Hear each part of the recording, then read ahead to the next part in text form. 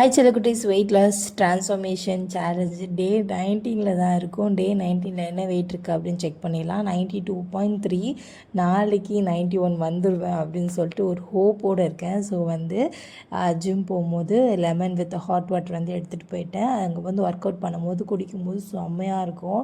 Normal water குடிக்க முடியல, அதனால தான் லெமன் வாட்டர் எடுத்துகிட்டு போகிறேன். அதுக்கப்புறம் அம்மா மஸ்க் மெலன் ஜூஸ் போட்டு கொடுத்துருந்தாங்க. நம்மளோட eating window 12 to night 7 o'clock. So அதுக்குள்ளே சாப்பிட்ருவேன். அப்புறம் பீன்ஸு கோஸ் கூட்டு பண்ணிவிட்டு 2 முட்டை எடுத்துக்கிட்டேன். அப்புறம் லெமன் ஜூஸு இன்றைக்கி நிறைய சாப்பிட்டுட்டேன்.